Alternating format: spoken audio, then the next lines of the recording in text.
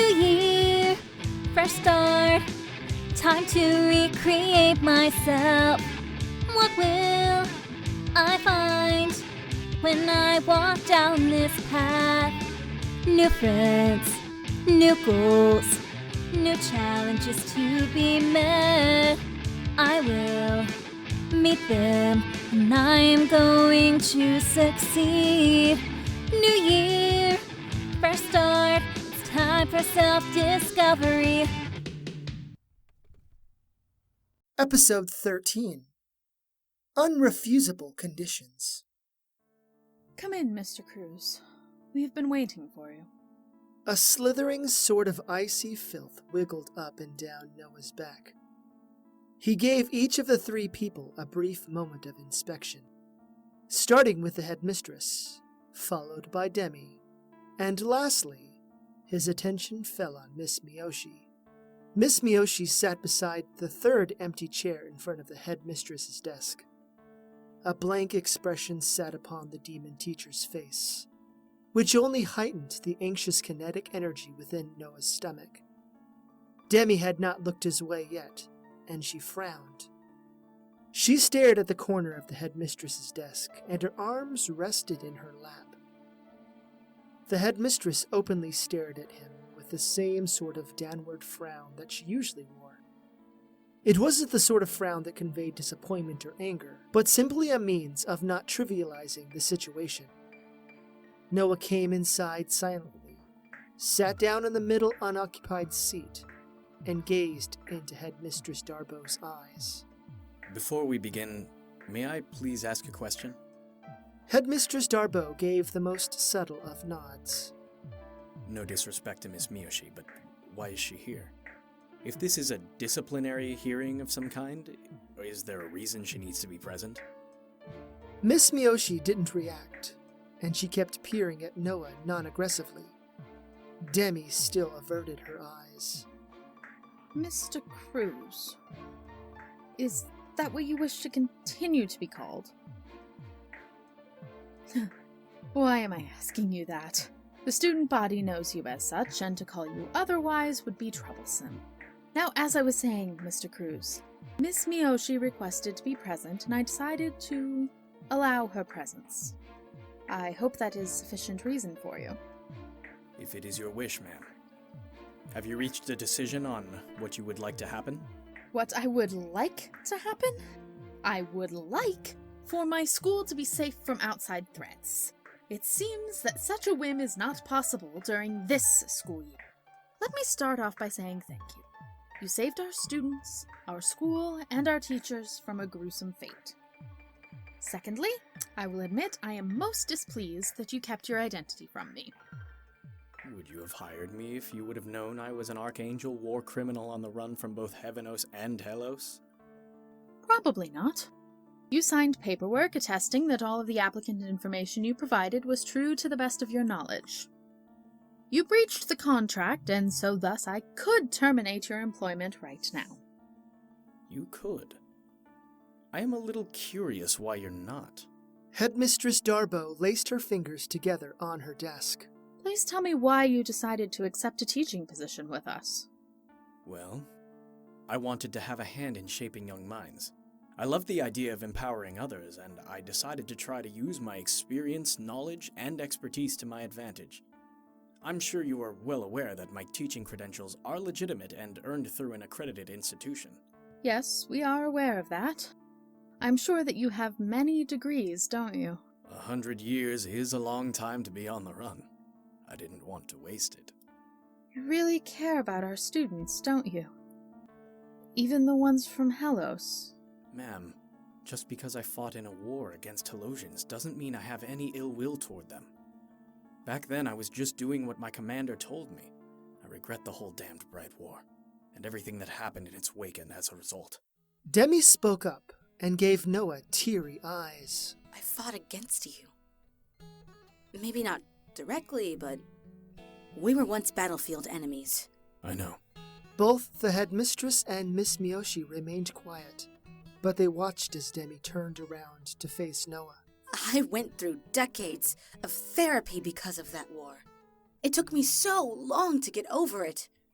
You, Marso, the Archangel Artificer, was one of the most hated enemies of the Helosian armies.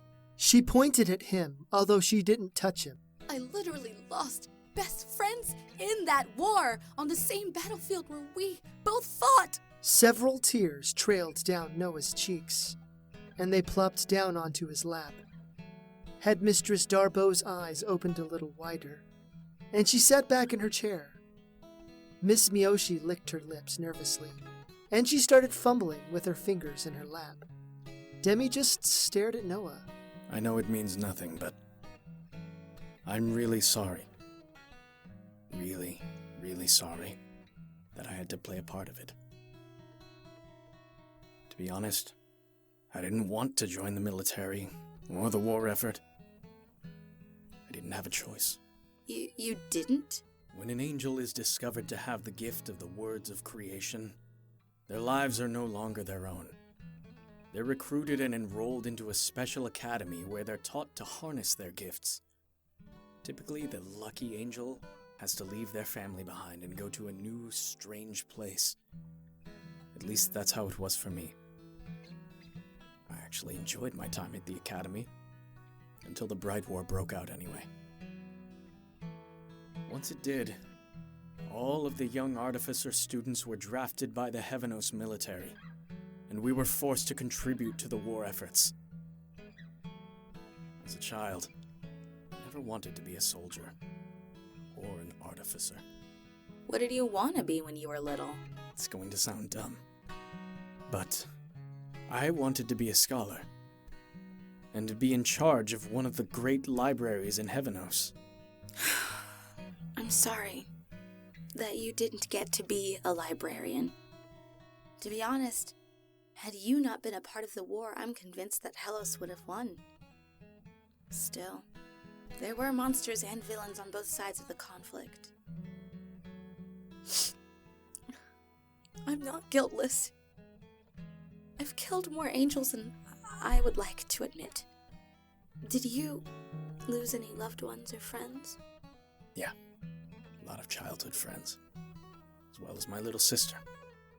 Demi placed a hand on Noah's. I'm really sorry.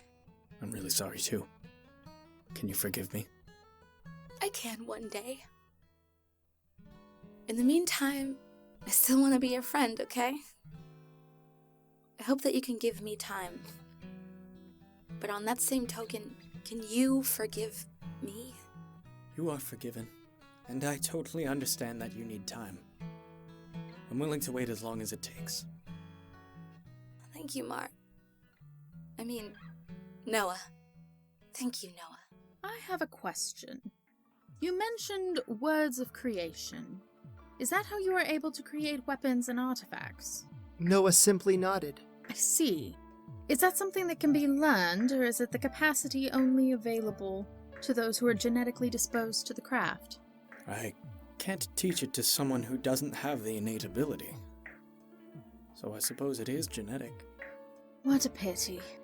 Let's move on to the next subject, shall we? After speaking to Miss Montbella, I have been made aware that she knows about you. Is this correct? It is. Demi crossed her arms over her chest. I had heard that her sister was recently cured, and that there was a major issue between the Montbellas and the Capudanes, regarding some very hard-to-come-by ingredients. I should have realized it sooner. Well, I would like to know the full story like she heard it. Please start at your convenience. You mean right now? But what about my class? I have arranged for a substitute to take your place until this meeting is over. Now, please. And so Noah told them the entire story, starting from when he had become an archangel to the fateful day where he witnessed the collapsing of the Radiant Council globe. When he finished, the three women sat in silence, and they all averted their eyes from Noah. Miss Miyoshi spoke up first, and her voice was quite meek. That little girl from the story. A little girl? Do you mean King Yaogoden's daughter? Oh. Yeah, that's right. You're also a daughter of King Yaogoden. Was she one of your older sisters or something? When Miss Miyoshi locked gazes with him, tears filled her eyes, and they streamed down her cheeks with consistency. She wasn't angry, sad, or even afraid. No. Miss Miyoshi was smiling, and her eyes were shimmering warmly. To see her looking like this, well, it was weird. No, that little girl was me. You saved me from Arcadian's sword. Thank you so much. You can't be serious. Noah glanced toward Headmistress Darboux. Is she serious? The headmistress just looked back at him, her lips pressed together to form a small line. She gave him a small nod. That would make you over 150 years old. I can't believe it. You look so young. I mean, I knew you said you were the king's daughter, but I never thought that you would be that same girl. Miss Miyoshi brushed some hair behind her ear, and she averted her eyes from Noah. A slight crimson hue filtered through her cheeks. After I got rescued, my parents made sure that I and the other members of the royal family were better protected. I grew up, constantly being followed by elite archdemon bodyguards, and so making friends with people my own age was impossible. I hated that life and wanted something normal. I begged my parents to let me attend a normal school like a normal demon kid. Believe it or not, my father was easier to convince than my mother. Well, when I was finally allowed to enroll in a normal school, I changed my last name to Miyoshi, rather than the royal last name. That's why I had no idea you were connected to the royal family. I attended elementary and middle school in Helos, but I actually attended Arceados Academy for high school. When I took history classes here and when you came up in discussion, they called you the Fallen Archangel. No one was sure, but the common belief was that you'd fled to Helos somewhere and was seduced by a Helosian sorceress or something. Well, after I graduated college, I began searching all over Helos for you. I was kind of obsessed with finding you. I've been here the whole time. Well, not in this country, but just traveling about in secret. Up till now, I had kept my identity and location hidden. After last night, though. Helos knows you're here. Well, not you, but they know that an angel of extreme power is in this plane and in this city. The Demon Kingdom is initiating plans and strategies in case of an angelic invasion. The Devil Queen is also mobilizing her forces too. Oh, and just for the record, I'm not connected to the royalty like Kazuna is. But I have an aunt who works for military intelligence. If Helos felt my presence, then there is a good chance that Heavenos did as well. Headmistress, I regretfully submit my resignation. No, I will not accept it. What do you mean? You can't not accept it. I have to leave. But you don't. Aren't you tired of all this running? My presence here could bring calamity to the students. Perhaps it could, but had you not been here last night, then we would have been destroyed. I would rather have you with us than not. And also... The headmistress opened a drawer, pulled out the tiara, wiggled it for Noah to see, and then placed it back in the drawer. You have given me the ability to safeguard you. Only Ms. Montbella, myself, Miss Vaughtice, Ms. Miyoshi, and the other Helosian teachers know who you are. Wait, I thought you only used the mental wiping spell on the student body. Headmistress Darboux closed her eyes for a moment. There were several teachers on staff who would have turned you in order to purify the school of non-mage blood types. I cast the spell a second time after you left. I decided that the Helosians deserved to know you, though. But what if someone lets it slip? What if one of those teachers... None of the others would do that. Things are getting bad, and no one wants to help the Heavenos war machine to start back up. What do you mean, getting bad? Based on intelligence from my father, the border guards from the Helos and Heavenos borders and any of the in-between planes between the dimensions have reported strange activity on the Heavenos side. No active engagements, but something strange is going on. Not only that, But the oracles working for the Devil Queen have prophesied a brilliant wave of white death that could ravage the worlds once more. We suspect that Heavenos is preparing for war. No. I have also received some other secret intel. Arcadian, the dreaded Archangel General of old, has essentially been king of Heavenos since the end of the Bright War. The Heavenos forces have started pulling back from fringe borders they once controlled. They have just abandoned those posts. However, the areas that have direct access to Heavenos have been fortified. Trust me, things are bad. I can't believe it. I had hoped never to see angels at war again. Headmistress Darboux leaned her head against her clasped hands. We can protect you, but in turn, we need something from you. From me? I'll gladly protect the school, but I don't want to fight against my people. And we're not asking you. What we need from you is something that you're kind of already doing. Noah studied them each in turn. You were all prepared to make a request of me before the meeting. Something only I could provide. I won't make you war machines and weapons. We don't want that either. My father has acquired some secret angelic intelligence from undisclosed sources, and we need your help. I don't want to contribute toward your war effort and translate angelic documents. Doing so would damn the young people of my race. Realize not doing it damns your people, and I am sorry. I truly am. I knew you were going to say that. That's why I have a counteroffer. Oh? Would you be willing to teach a night class for adults and teaching them the basics of angelic? You want me to teach my language? Oh yeah. It would help us immensely. And you wouldn't be directly contributing to any war efforts. You'd just be saving lives. Aside from assholes like Victor Donaldson, most of the Demon Kingdom doesn't want the war to resume. And no one in the Devil Kingdom wants that either. Who would take the class? Well, I, for one, as would my father and his closest ring of advisors, with the exception of Victor Donaldson. Your father? The king of the demons? The man I once stood toe-to-toe against? Yes. And I'm sure the Devil Queen would send an entourage to learn as well. I assure you that if you agree to this, the class will remain a closely guarded secret, and only those who we approve She gestured between herself and Noah. will be allowed to take the class. In addition, I will increase your salary by 28%. 28%? That's an extra 10 grand. Yes, it is. I will also be in attendance in the class. All of this will serve to better protect our students and the families of our students. Well, when you put it that way. So you'll teach a night class then? Yes, ma'am. Noah entered the classroom, and the conversation stopped.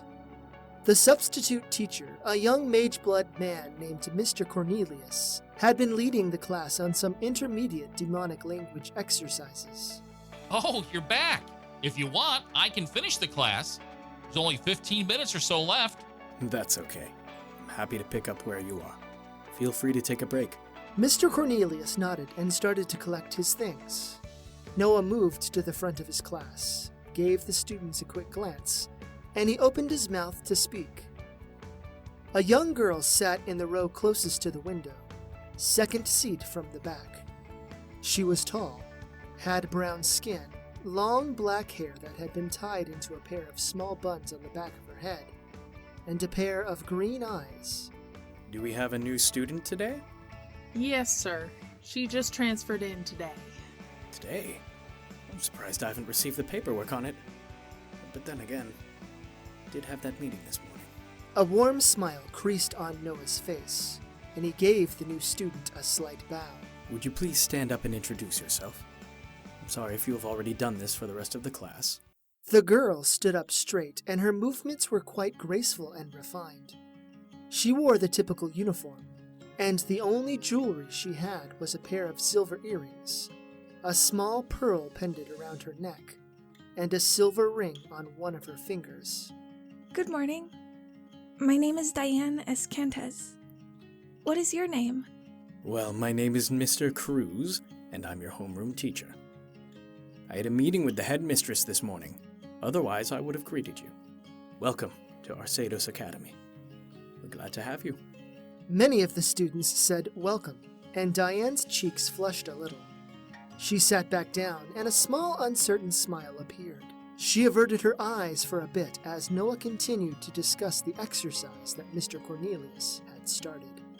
Once class ended, Noah collected his things and moved to his next classroom. The rest of the day had gone on like many days that preceded it. None of the students treated him any differently, and even the teachers greeted him warmly. At the end of the day, Noah checked his schedule. To his surprise, there weren't any obligations for him that day. He left the teachers' offices, left through the front doors, and then started to head to the gate. Mr. Cruz, wait! Noah stopped and braced his whole body. A wild unease flickered in his spirit, and he slowly turned around. Miss Miyoshi moved up to him, and a small awkward smile was on her face. Her eyes radiated with a kind shimmer. Miss Miyoshi, is everything okay? She licked her lips for a moment, no doubt to moisten the unease of dryness. When it's just us, you can call me Kazuna. Would it be fine if I called you by your first name in return? I understand if that's too informal. No, I suppose that would be fine. Kazuna. She smiled wider. So, is everything okay? Kazuna started walking and gestured for Noah to follow. She moved to the gate and then in the direction that he would have taken. It's fine. As far as I know. I wanted a chance to talk to you one-on-one. May I walk you home? Sure. If you want to.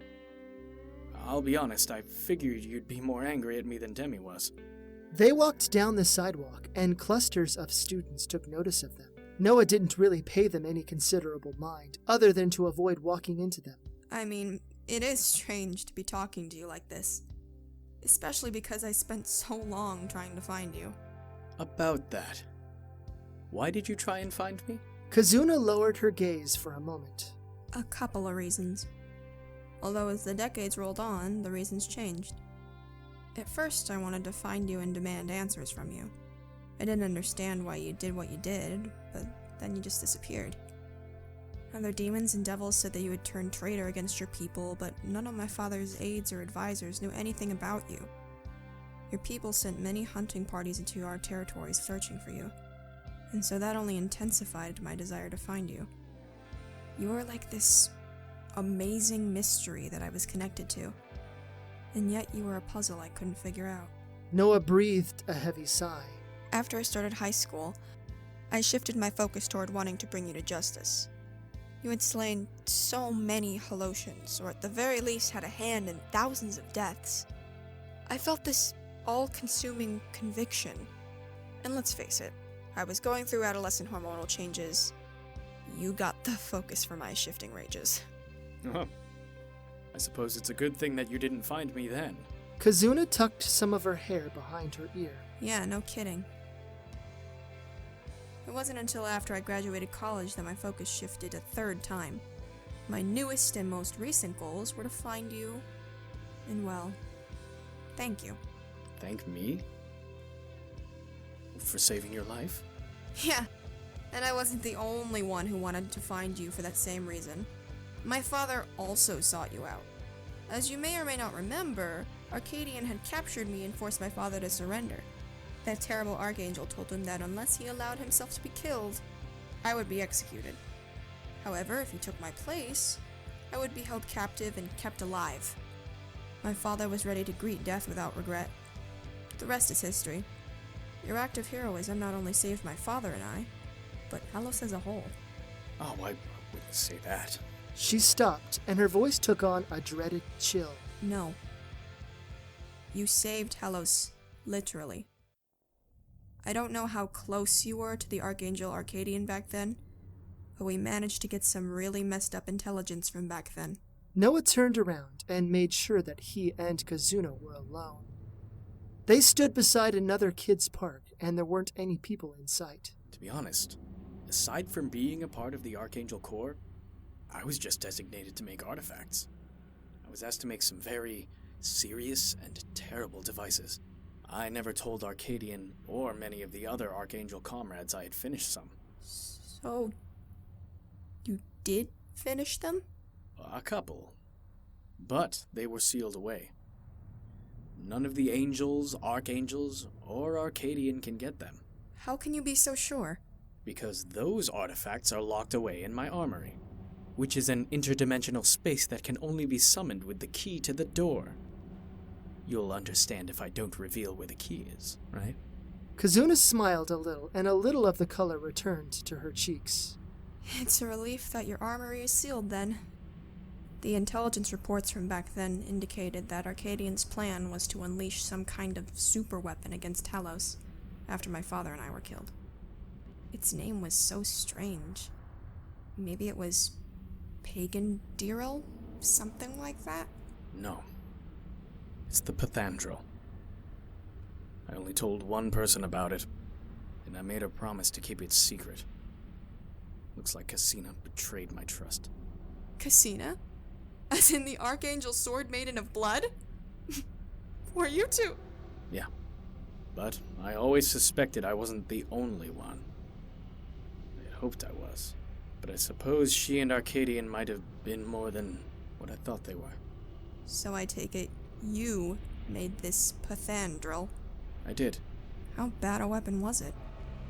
And are you certain it's not possible they could recreate it? Or maybe get to it? Believe me, if they had access to it, or anything like it, they would have used it by now. It is the most powerful artifact I have ever created. And I swore to myself I would never make anything similar. As for how bad it is, well, Helos would cease to exist. Kazuna's eyes opened wide, and she brought her hand to her mouth. Why didn't you destroy it? Because the armory is in Heavenos. Let's just say I did many things during the Bright War I'm not proud of. The armory is not only filled with the most dangerous artifacts and plans I had created, but it has enough epic weapons and armor stored within it to outfit several brigades. I can understand that. She started walking again. So why did you come here? Do you remember the bead I had created? Well, it took me here. I just went along for the ride. Really? You mean you just got here by chance? Crazy. So, can I ask you a question? Sure. Why are you being so nice to me? When you thought I was just some dude, you were kind of a bitch. No offense. Kazuna lightly punched him in the arm. It still hurt. Yeah, I kinda was. Well, you aren't just some dude anymore. Yeah, you're a formal Archangel warrior who butchered my people, but you're also a person who threw away his connection to his people, his station in life, his security, his lover, and his future to save an innocent life. She tapped herself on her chest. A Haloshan life. A sly twinkle sparkled in her eyes. You're also the dumb bastard who armed a Haloshan student with a mega powerful weapon so he could defend himself and the girl he was crushing on. Despite you being you stood up for my kids. Just those things alone, you've earned at least a little more kindness. I'm really sorry for my war crimes. Yeah, I forgive you. And I'm sorry for being a bitch. Can we become friends? Sure. I don't see why not. They arrived at Noah's apartment, but they stopped when they noticed Demi leaning against the staircase railing. Demi had a bag of what looked like takeout food. Demi's eyes first fell on Noah, and then she noticed Kazuna. Oh, I didn't know you were going to be here, Miss Miyoshi. Kazuna crossed her arms over her chest. I could say the same to you, Miss Votface. Demi's nervousness fell away, and she suddenly became a lot more serious, which only intensified Kazuna's own resolve. Before either of them could speak, a younger voice called out. Noah! Demi, Noah, and Kazuna turned to see a younger girl skipping up toward them. Doma grinned and giggled. I win! I got here first! Got here first? Who's the kid? A few moments later, Issa ran around the corner. Her cheeks were a little flushed, and she had to catch her breath. She had some bags with her. with the logo of a local fried chicken restaurant on it. Issa looked at Noah, then at Kazuna, and then at Demi. Doma yanked on Noah's sleeve.